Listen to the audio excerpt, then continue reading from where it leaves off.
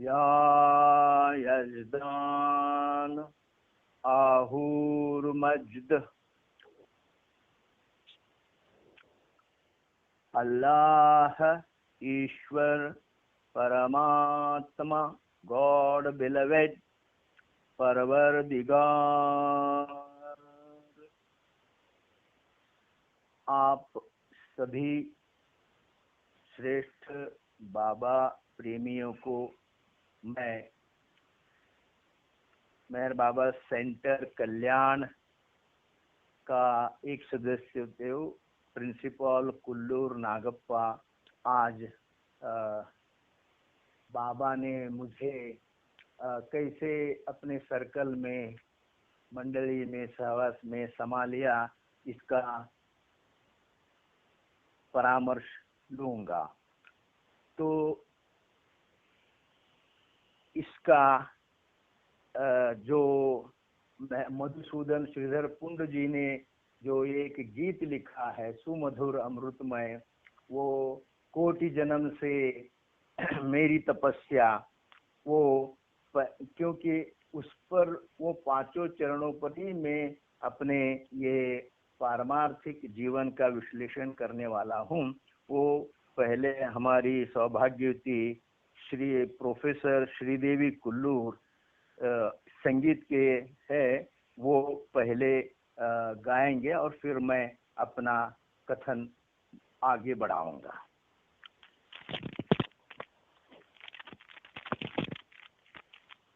जय बाबा।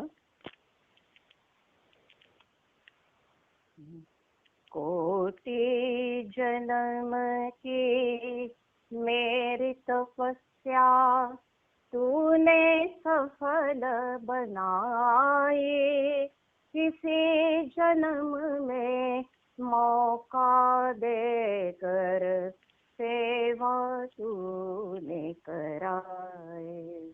मेहरबान धन्यवाद, मेहरबान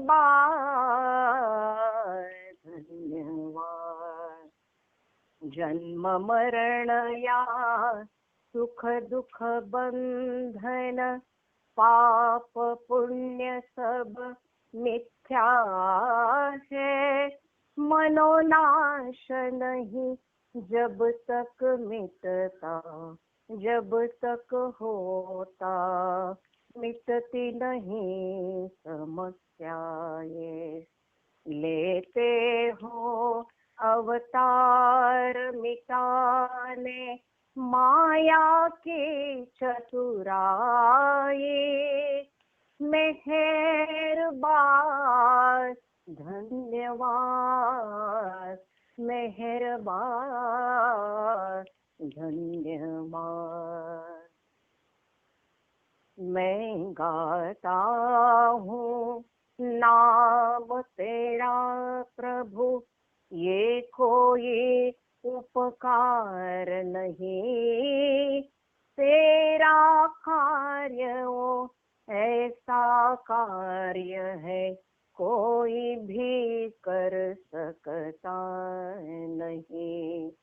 तेरा ही उपकार है मुझ पर कित हो उतराए, मेहरबान धन्यवाद, मेहरबान धन्यवाद। जब जब तेरा नाम रटूं मैं, ये तन हल्का होता है, मन का बोझ उतर जाता है, जीवन सुंदर लगता है। एक एक कर सारी समस्या तूने ही हटवाई, मेहरबान धन्यवाद, मेहरबान धन्यवाद। दुनिया से क्या लेना देना, तेरा मेरा साथ रहे। नहीं शिकायत किससे मेरी, तेरी कृपा की धारा बहे। जब जब आओ धरती पर प्रभु, गाऊं तेरी प्रभुताई। मेहरबान धन्यवाद, मेहरबान धन्यवाद। हर घटना हो जीवन में, जो मर्जी तेरी मानूं मैं। नहीं करूं मैं कोई कामना, मेहर मेहर गाऊं मैं। मधुसूदन ने सब कुछ त्यागा, तुझसे की है सगाई। मेहरबान धन्यवाद, मेहरबान धन्यवाद, मेहरबान धन्यवाद, मेहरबान धन्यवाद। जय बाबा। जी हाँ,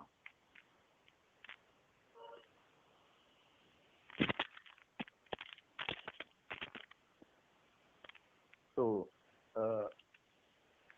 मधुसूदन ने सब कुछ त्यागा, तो यह त्याग मुझसे, मैं जब 8 बरस से भी कम उम्र का था, बाबा ने करवाया। ये पश्चात बुद्धि से मैं आज कह रहा हूँ। तो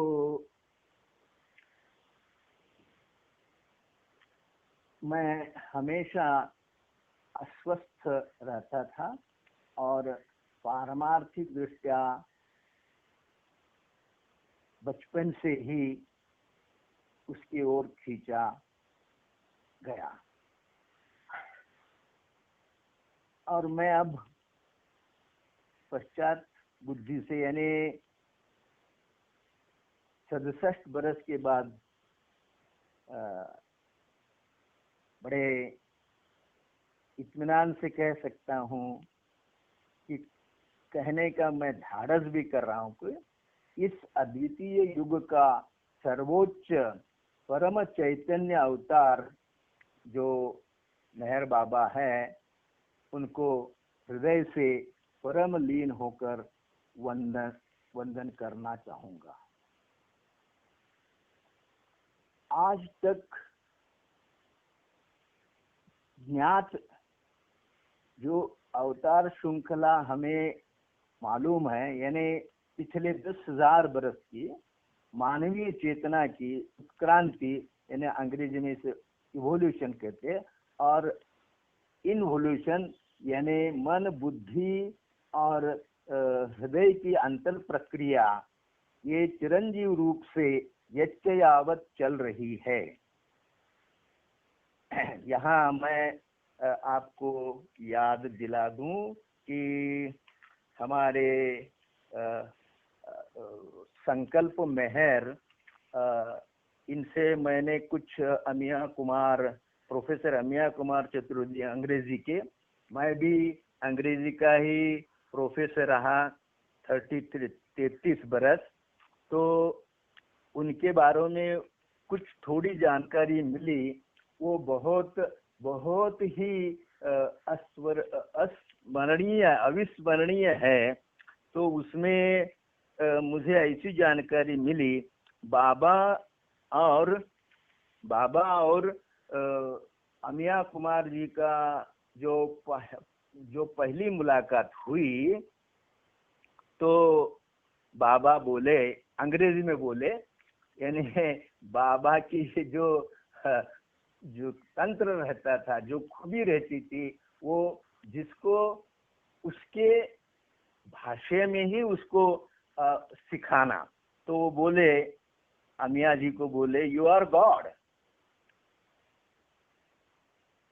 और बोले you see God, God is before you. लेकिन तीसरा जो बॉल डाला तो उसमें कहते हैं but you have to become God, लेकिन तुम्हें भगवान बनना है।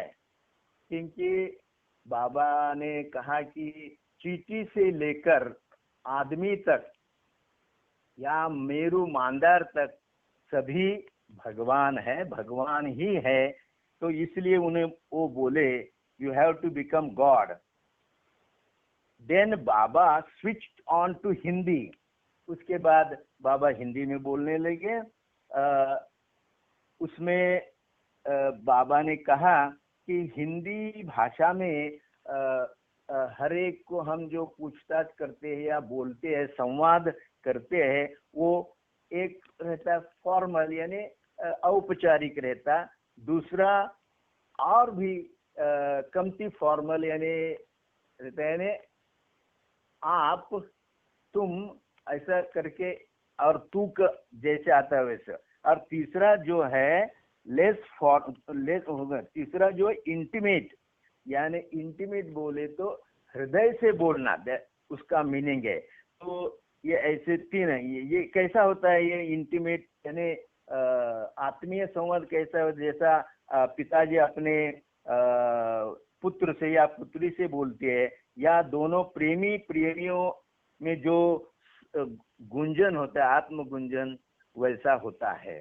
तो ये मुझे बहुत अच्छा लगा, और मैं ये अनुभव कर रहा हूँ मैंने प्रकर्ष से अगस्त 2007 से, क्योंकि उस दिन मुझे ऐसा बाबा का आदेश मिला, ये मानता हूँ मैं। मेरे पास जो अंग्रेजी, संस्कृत, हिंदी, मराठी, कन्नड़ के 4 लाख रुपए की किताबें थी तब के हिसाब से, तो वो मैंने एक देहात जो कॉलेज था उसको दे दिया।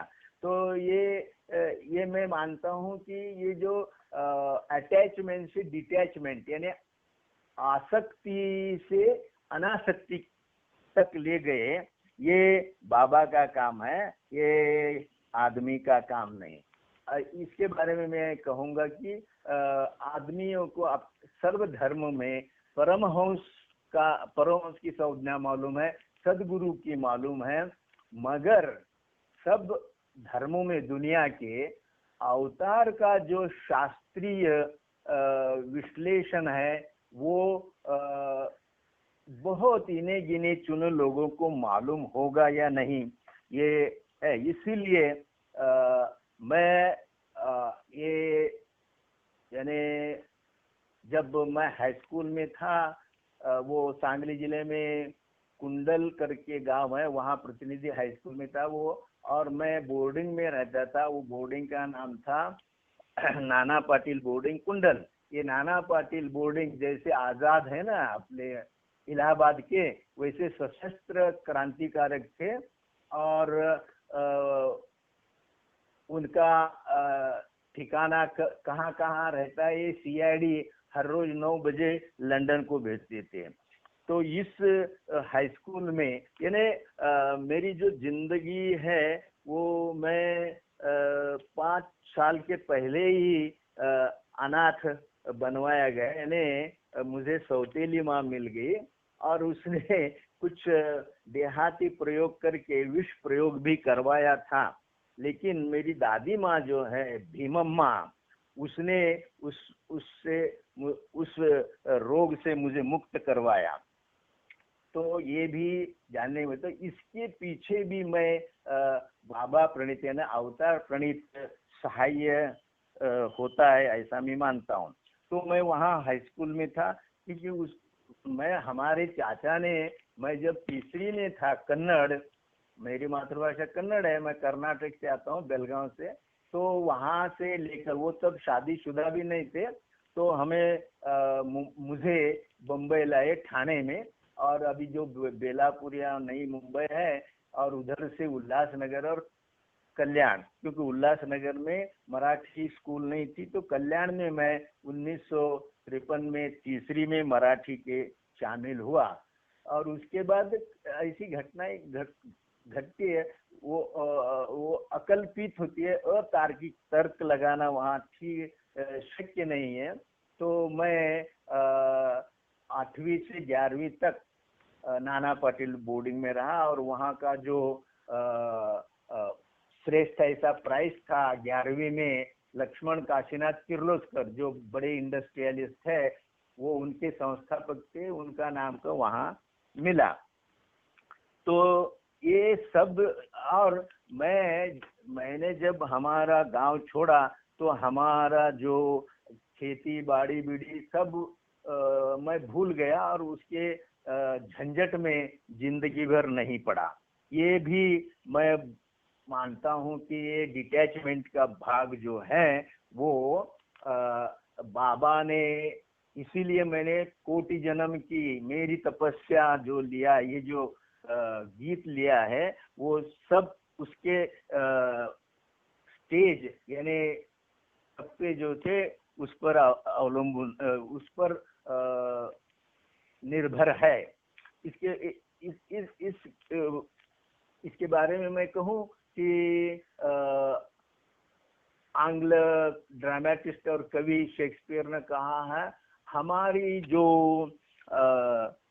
यानी नसीब रहता है वो भगवान ही अपने जन्म से पहले ही मुकर्रर करते हैं।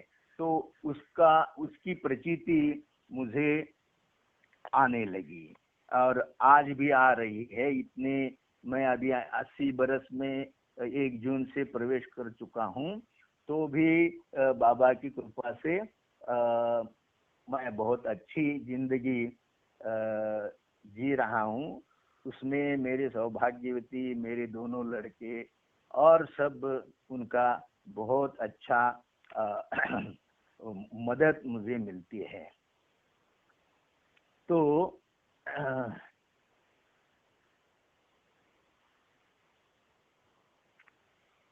इससे जो मेरे वैसे बोले तो मेरी पहली गुरु जो है सदगुरु, वो मेरी दादी माँ भीमम्मा, दूसरे है मेरे चाचा मारुत राव, और तीसरे है मेरे पिताजी सिद्धप्पा जी, क्योंकि वो वारकरी बन गए थे। वारकरी बोले तो हर बरस कार्तिक को हमारे गांव से पंढरपुर तक, क्योंकि पंढरपुर का जो विठ्ठल है वो अधिष्ठात्री भगवान है 3-4 प्रांत में, यानी कर्नाटक, महाराष्ट्र, गोवा और आंध्र प्रदेश। तो उन्होंने वो उसके लिए तुलसी माला ग्रहण करनी पड़ती है गुरु से, तो उन्होंने वो ग्रहण की। वो उस अखाड़े का नाम है आजरेकर फड़ बोले तो अखाड़ा। तो उनकी तरफ से हर चैत्र और बैसाख में 8 से 15 दिन तक यानी भजन, डिंडी, कीर्तन, प्रवचन, ऐसा बहुत बड़ा कार्यक्रम होता था, और सबको यानी सब गांव को ही भोजन दिया जाता था। इसमें मेरे पिताजी बड़े अहम भाव से भाग लेते थे, तन मन धन से। तो मुझे इसकी जो दीक्षा है, पारमार्थिक टेस्ट यानी चॉइस की, वो वहाँ मिली, और तब से मैं ये कीर्तन या प्रवचन सुनते आ रहा हूँ। तो उसका भी यानी जो बीज है वो बाबा में मैं देखता हूँ। तो ये 3 गुरु हो गए। उसके बाद मेरी चाची, यानी फिर हमारे चाचा ने विवाह किया, वो इंदिरा जी, वो मेरे चौथे गुरु है यानी सदगुरु। और फिर जो सिलसिला तब से चल रहा है, तुकाराम महाराज, ये मेरे पारमार्थिक जीवन के सबसे बड़े कप्तान है, क्योंकि वो बाल्यावस्था से ही वो सुनते आ रहा हूँ। उसके बाद मैं जब 9 जुलाई 1969 यानी बाबा ने देह छोड़ने के बाद 6 महीने में नेवासा, जहाँ जैसे तुलसी रामायण है वैसा महाराष्ट्र का ज्ञानेश्वरी है, यानी भगवद गीता पर 700 श्लोक पर 9033 ओव्या, वो बोलते 4 लाइन की यानी चौपाई रहती है, वो वहाँ लिखी गई। वहाँ मुझे head of the English department पहले दिन से ही बनवाया गया।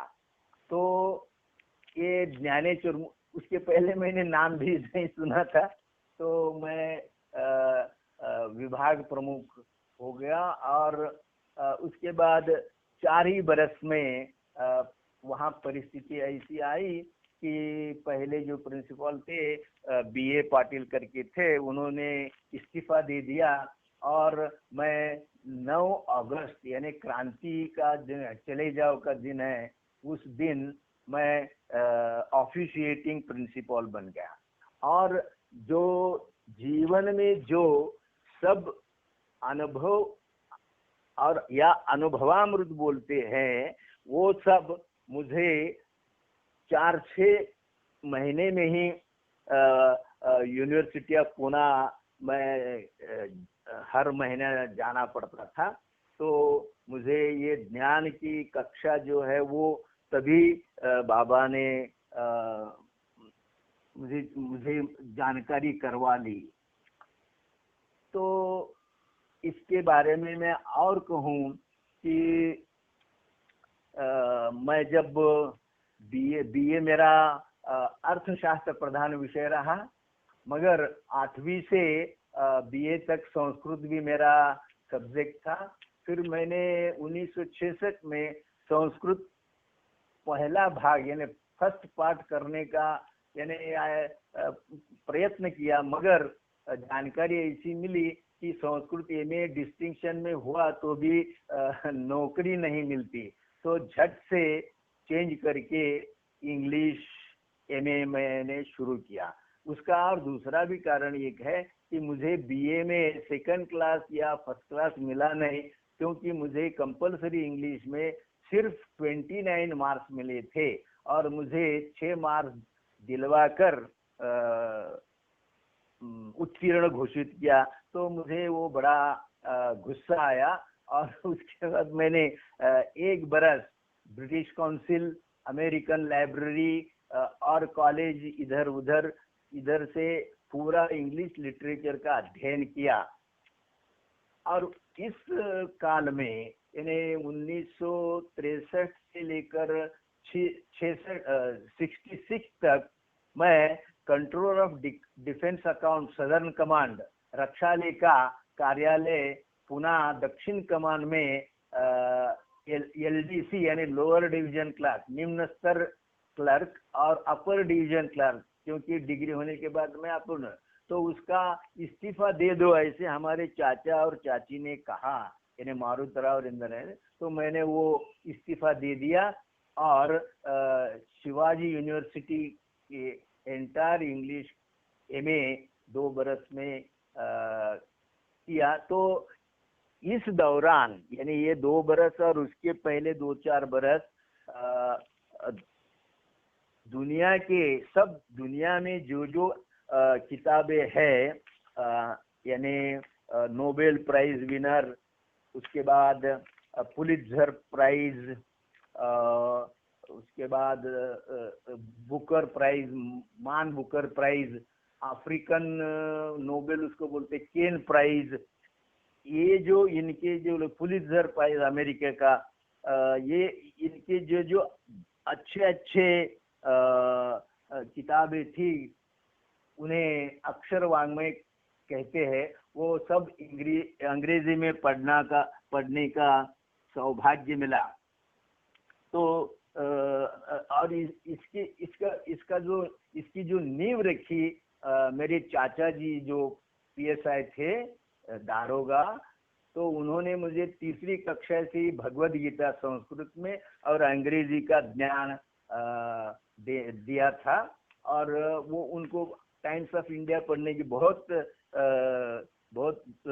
इच्छा रहती थी, इसलिए मैं तब से टाइम्स ऑफ इंडिया पढ़ रहा हूँ।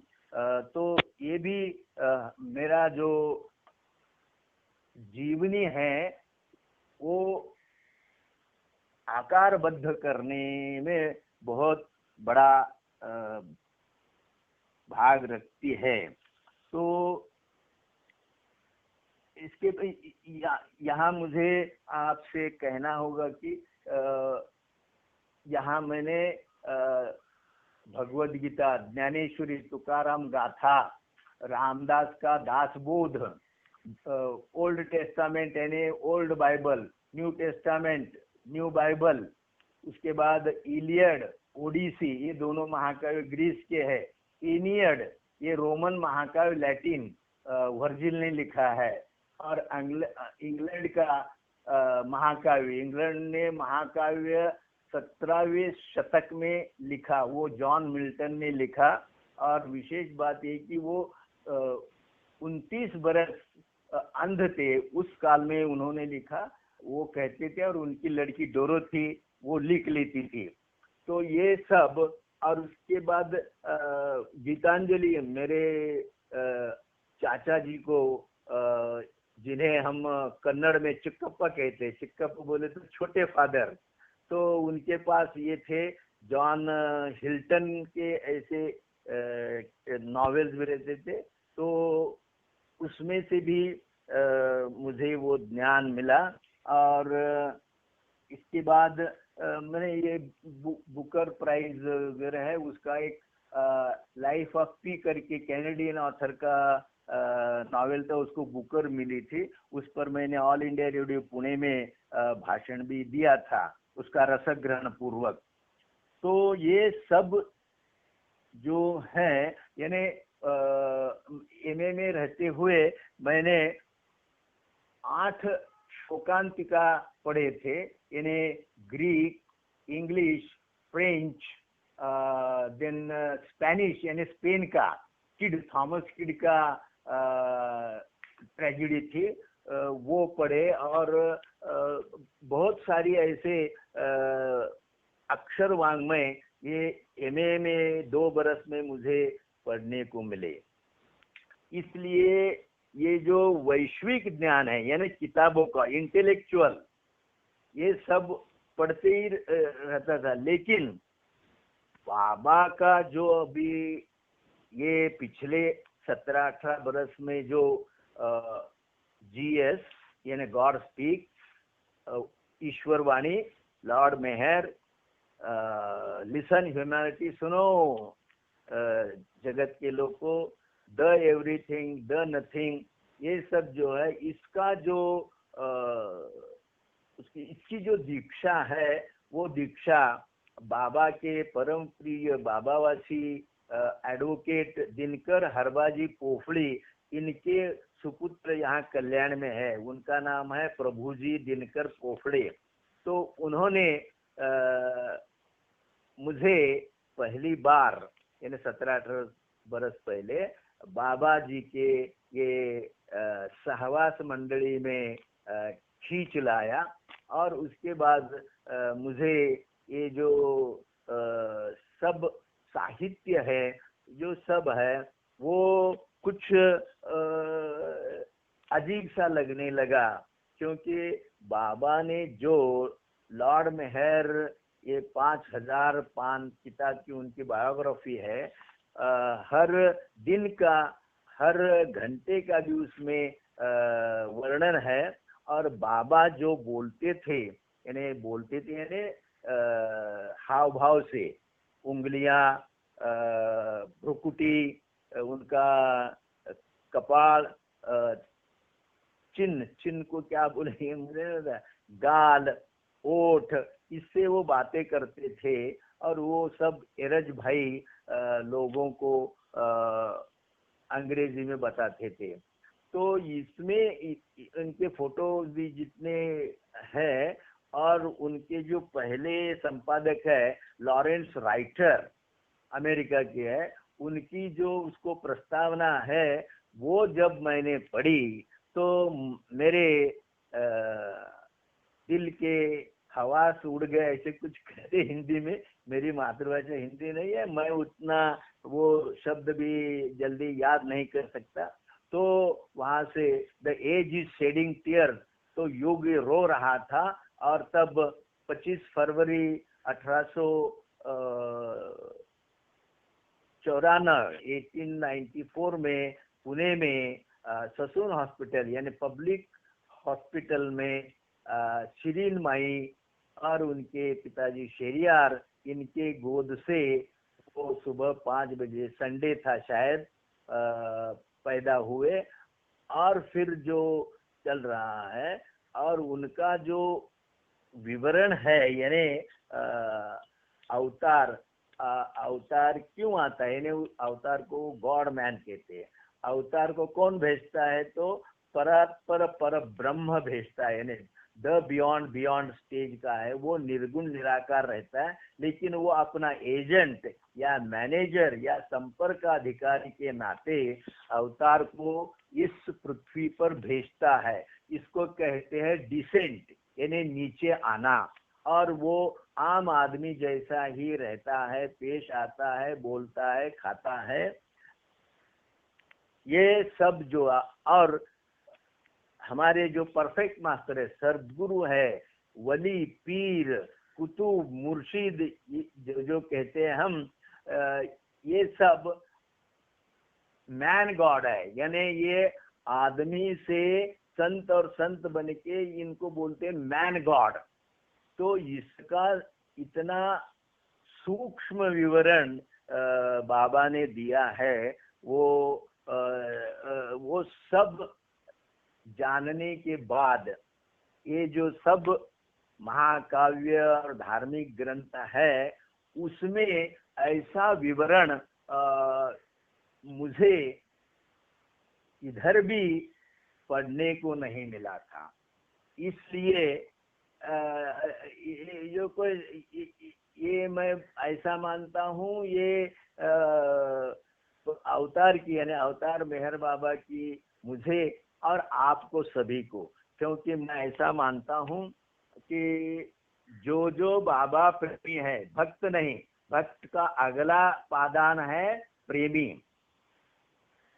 तुकाराम महाराज कहते भक्त आणि देव नाही दूजा, यानी भक्त और भगवान दूजे नहीं है, एक ही है। लेकिन बाबा कहते हैं, जो मैंने अभी बताया, अमिया कुमार हाजरा को जो पहला शब्द उन्होंने अंग्रेजी में कहा था, यू आर गॉड।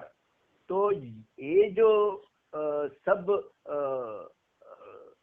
तर्क ज्ञान से परे है सब, ये सब उन्होंने 1922 टोका में जो 2 बरस के लिए स्कूल खोला था, उसके, यानी मैं जहाँ प्रोफेसर बना 1969 में, तो वहाँ नेवासे से वो 12 किलोमीटर पे है। वहाँ गोदावरी और प्रवरा संगम, ये नदी का संगम है।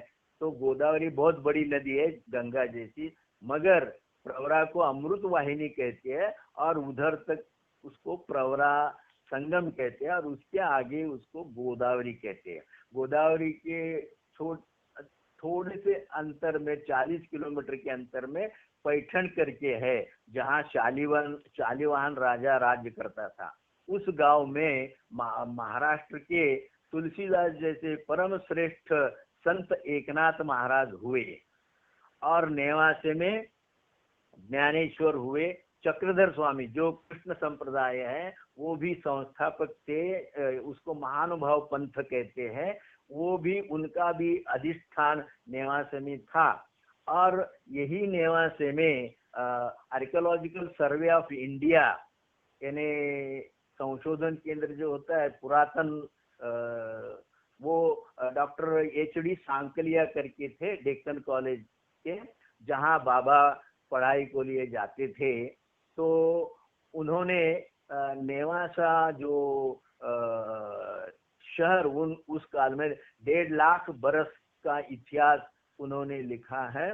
तो ऐसे महान नगरी में मैंने अपनी शुरुआत की यानी करियर की as a professor and principal. तो ये सब जो है ये मुझे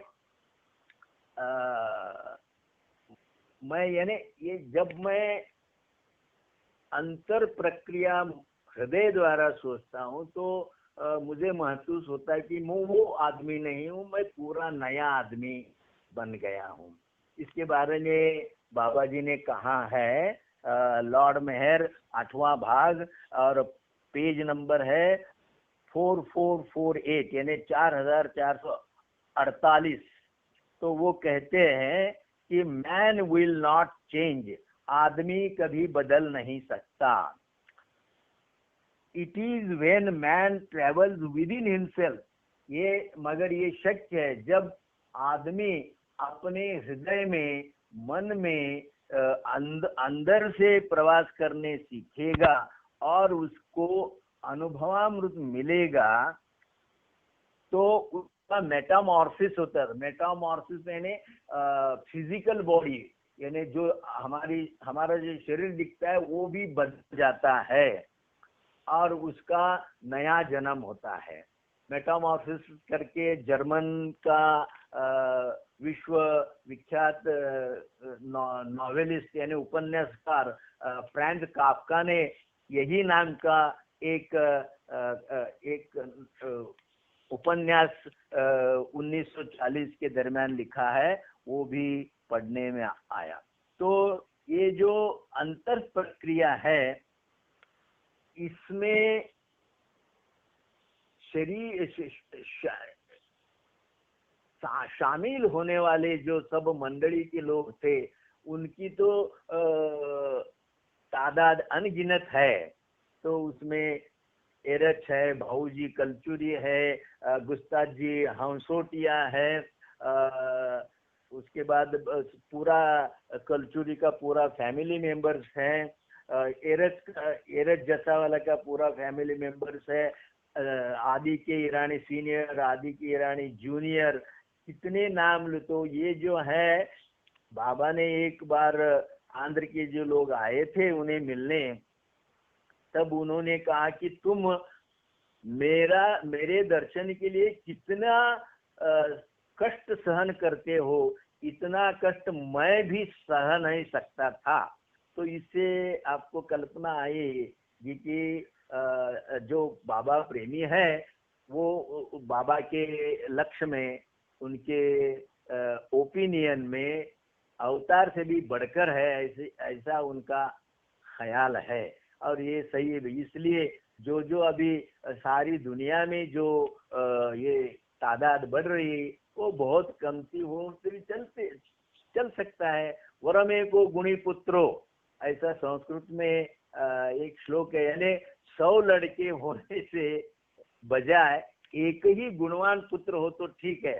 तो ऐसे ये है। और ये अभी आपको सबको प्रतीति को आ रहा है, कोरोना हो गया है, कोरोना हो गया, होने वाला ही था। बाबा ने ऐसी भविष्यवाणी की थी कि 3/4 of the world will be destroyed. तो उन्होंने 50-60 साल पहले कहा था, लेकिन घबरा जाने की कुछ कारण नहीं है, क्योंकि ये सिलसिला और 584 बरस चलने वाला है, क्योंकि उसका कालावधि जो है उन्होंने 700 बरस दिया है। और 700 बरस के बाद अवतार फिर आएगा, नया अवतार आएगा, नया फिलॉसफी देगा। तो ये जो है ये सब हमने उसका अनुमान लगाना चाहिए। ये बाबा का जो प्रसाद है वो ग्रहण करना चाहिए। क्योंकि बाबा का जो कहना है वो है जितनी यातनाएं ज्यादा हो, यानी भगवान देता हो या अवतार देता हो, उतना ही आदमी की उन्नति बहुत अच्छी तरह से होने वाली है। हरेसमेंट बाय अवतार इज हिज प्रसाद। प्रसाद बोले तो अमृत, यही महाभारत होने के बाद कुंती ने यही मांग की थी, आपदा संतो नहा संस्मर्यते हरि। तो कृष्ण को, यानी वो उनकी बुआ थी कृष्ण की, कुंती, वो बोले हे भगवान, हमारे ऊपर ऐसी ही हर रोज संकट का सिलसिला रहे ताकि हम आपकी याद हर पल करते रहे। इसलिए बाबा ने कहा है, आपको मालूम होगा कि मैं तुम्हारे नजदीक, तुम्हारा जो श्वासोच्छ्वास चलता है उससे भी ज्यादा नजदीक हूँ, मगर हम वो जल्दी जान नहीं सकते। यानी हमारा मूल स्वरूप जो है, प्रीमॉर्डियल सेल्फ, यानी रियल आई, हम फॉल्स आई में रहते, यानी माया जो रहती है, माया, इन्हें ये जो मधुसूदन जी का गाना है, माया का चतुराई मिटाने के लिए अवतार को आना पड़ता है।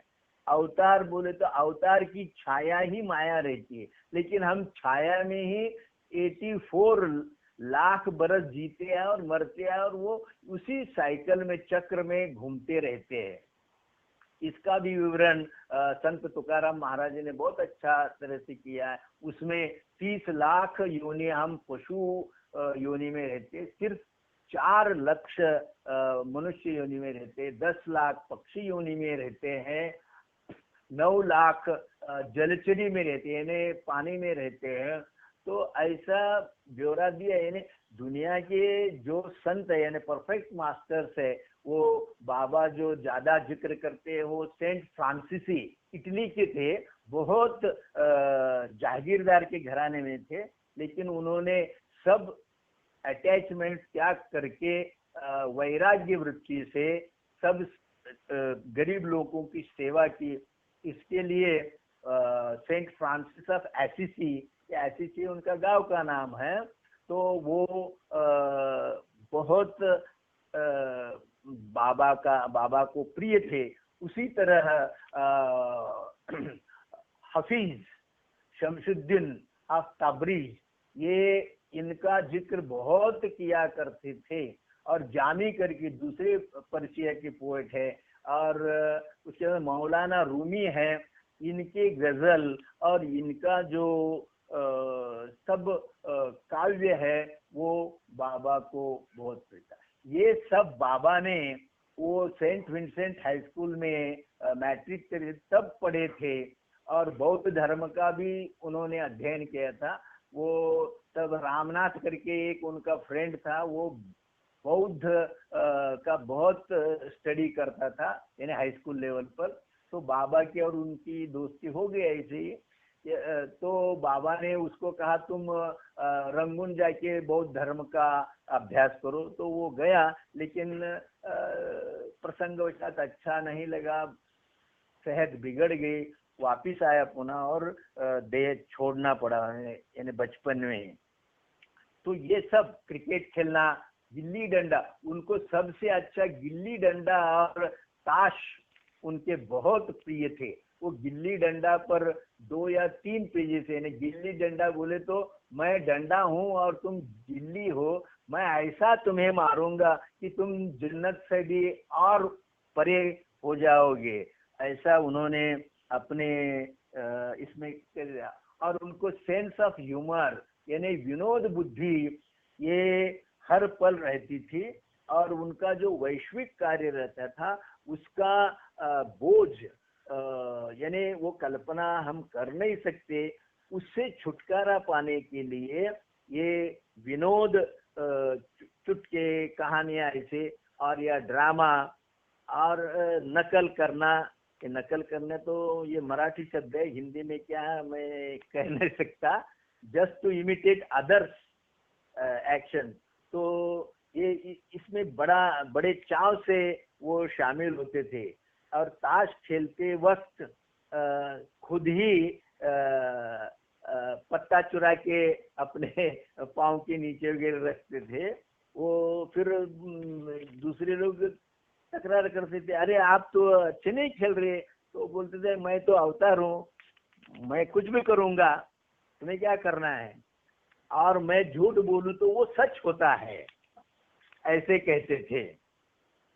तो ऐसे जो उनकी जीवन के लाखों पहलू एट्रीब्यूट जो यानी ये जो परवरदिगार प्रार्थना है, इसमें 73 ऐसे शब्द है जो हर एक शब्द पर एक एक प्रवचन हो सकता है। जैसे उसकी शुरुआत है परवरदिगार, प्रिजर्वर, प्रोटेक्टर। ये उन्होंने देहरादून में डिक्टेट किया, यानी कहा और लिख लिया गया। तो देहरादून को वो स्वर्ग द्वार कहते हैं। तो इसका महत्व अपने को समझेगा, यानी हिमालय कितना महत्वपूर्ण है आध्यात्मिक जीवन में। तो वो जो 73 नाम है वो सब के सब चिंतनीय है। और ये तीनों प्रार्थना है बाबा ने 1953 से 1959 यानी 7 बरस में दिए। पहला देहरादून में दिया, दूसरा खुलदाबाद ये सब देख चुका हूं मैं, और तीसरा जो मेहराजाद में दिया। और ये जो सब है बाबा ने ही मुझे उनकी कृपा से ये पांचों जो सदगुरु है, पहले हजरत बाबा जान, वो जहाँ जहाँ बैठती थी वहाँ सब जगह मैं 1961 में घुमा करता था। क्वार्टर गेट, उसके 5 बाउडी, मालकम टैंक रोड बोलते हैं, वहाँ वो बैठते थे। स्वारगेट करके आज है, वहाँ बैठते थे। दिजी करके जहाँ आलंदी ज्ञानेश्वर का समाधि है, उधर भी वो दिजी गांव में बैठती थी। वो सब देखा। उसके बाद उपासनी महाराज साकोरी, वहाँ भी शिरडी। उसके बाद गए साल वाकी शरीफ यानी ताजुद्दीन बाबा, वहाँ गया। और उसी साल यानी गए साल नारायण महाराज का बेट केड़गांव है। तो ये पांचों सदगुरु का भी दर्शन उन्होंने ही करवाया। मेरे सपनों में भी मैं वो देख नहीं सकता था। और हमीरपुर, नौरंगा, मेहरास्ताना, इधर बैरामंगल, बेलगांव, वो मेरा जिला है खुद का। उसके बाद सावंतवाड़ी, आंबोली घाट, धारवाड़, ये सब मेरे जन्म गांव के पास ही, उधर भी वो लेके गए। तो ये सब जो पारमार्थिक अवर्णनीय क्रिया और मेरा जो प्रवास है वो बाबा ने ही करवाया है। यह मैं हर दिन हर पल महसूस करता हूँ। तो और तो क्या, ये तो 40 मिनट में तो कुछ नहीं होगा। तो भी उसमें समय की पाबंदी होती है। तो वो पाबंदी तो न होगा। और आगे कुछ कहूँ तो और ऐसे 10 या 20 या अनगिनत मैं ये वार्ता करने की क्षमता रखता हूँ। वो आप, अगर आपकी सहनशीलता हो तो आप सुनने का प्रयास करें। ऐसा अभी मैं लास्ट में, अभी मुझे और बहुत कुछ भी कहना था, लेकिन वो समय के हिसाब से कमती है सब। तो इसमें जो सारे जहाँ के सदगुरु लोग हैं, महात्मा कबीर वो भी बहुत प्रिय थे बाबा को। उसके बाद MS सुब्बा लक्ष्मी, उसके बाद बाल सुब्रमण्यम वगैरह पंजाबी गाने उनको अच्छे लगते थे। ये सब जो है ये हमारी सौभाग्यवती संगीत विशारद होने से मुझे भी उसका कुछ थोड़ा सा प्रसाद मिल गया। और उसके लिए संगीत से ये जो पारमार्थिक जीवन है वो अधिक समृद्ध बनवाया जा रहा है। और इसका भी जो सौभाग्य है वो उनके साथ, यानी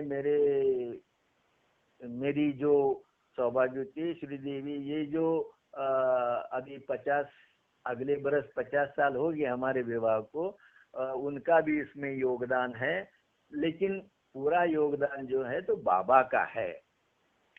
तो मैं देखता हूँ कि अभी 40 मिनट होते आ रहे हैं, और अभी एक बाबा का जो बहुत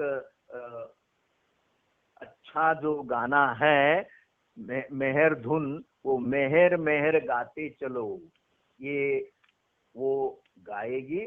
और मैं फिर आपको सबको वंदन करके विदा लेता हूँ।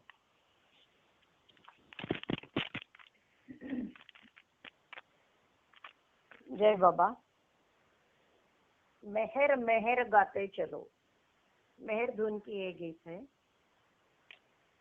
गाते चलो गाते चलो, गाते चलो गाते चलो, मेहर मेहर गाते चलो, मेहर मेहर गाते चलो। काम करते चलो, नाम जपते चलो, सत्य कहते चलो, झूठ त्यजते चलो, मेहर धन का खजाना बढ़ाते चलो, मेहर मेहर गाते चलो, मेहर मेहर गाते चलो।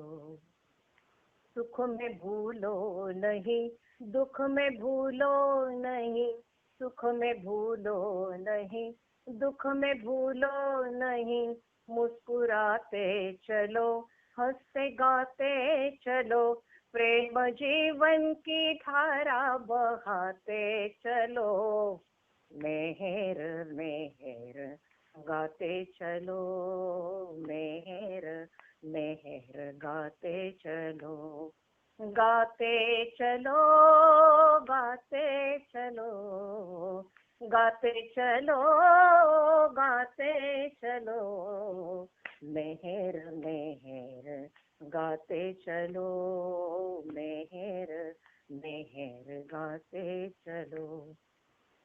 जिसमें मेहर नहीं वो तो जीवन नहीं, जिसमें मेहर नहीं वो तो जीवन नहीं, मैं मिटाते चलो, मैं मेहर ले चलो, मैं मिटाते चलो, मैं मेहर ले चलो, मधुसूदन मेहर में समाते चलो, मेहर मेहर गाते चलो, मेहर मेहर गाते चलो, गाते चलो गाते चलो, गाते चलो गाते चलो, गाते चलो गाते चलो।